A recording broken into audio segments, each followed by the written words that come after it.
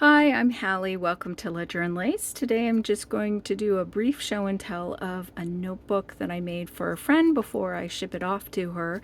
This is a spiral notebook. I used a cover from the 19th century of a botanical book by J.D. Hooker, and I'll have that image available on ledgerandlace.com. And then here's the inside. And that's what it looks like cleaned up. Here's a pocket and my little note.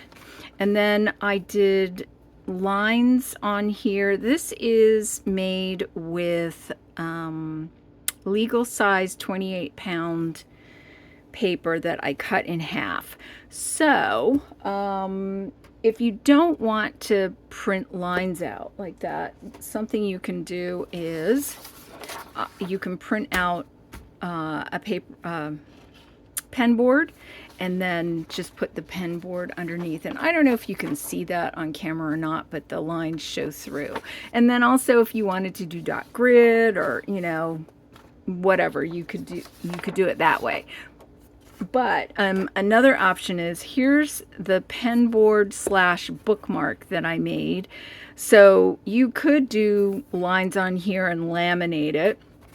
This is paper leather that I made a pen loop from, and then here's two pens, G2 Pilot with the other ones that go with it. And then on the back is blotter board, because if you're using rollerball or gel pens or anything that could smear, it's good to have blotting paper. And let me show you the blotting paper I use.